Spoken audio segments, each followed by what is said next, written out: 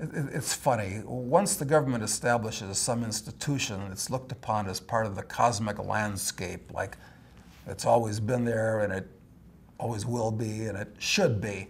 And a perfect example of this is the central bank here in the United States, the Federal Reserve, which has been an unmitigated disaster since its establishment in 1913.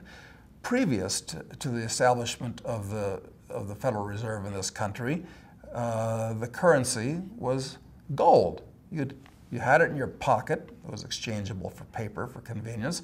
And there was no inflation in the country. In fact, prices constantly went down, down, down throughout the 19th century as the amount of capital and savings and technology, these things naturally decreased prices. So not only did you get interest on your dollars, but by saving dollars, your dollars were generally worth more every year, which encouraged people to save.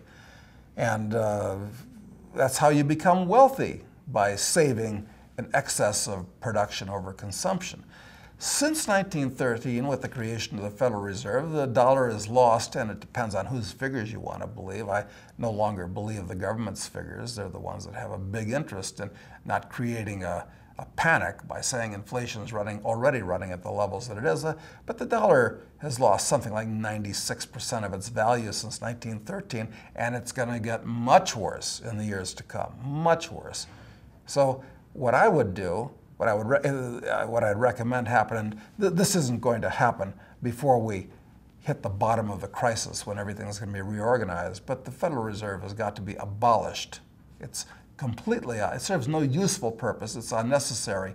The only purpose that it serves is to help, look, when you have an inflation, the beneficiaries of an inflation are always the people on the top of society, the rich people. Why?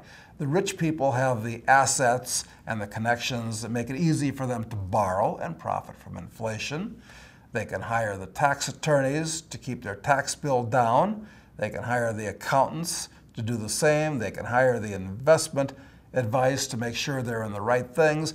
And the poor little guy at the bottom, he's the one that gets screwed. The little guy at the bottom is the one that ought to be screaming for sound money and the abolition of the central bank in this country.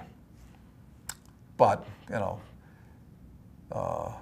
it hasn't happened so far, and it won't happen until we reach the bottom of the crisis.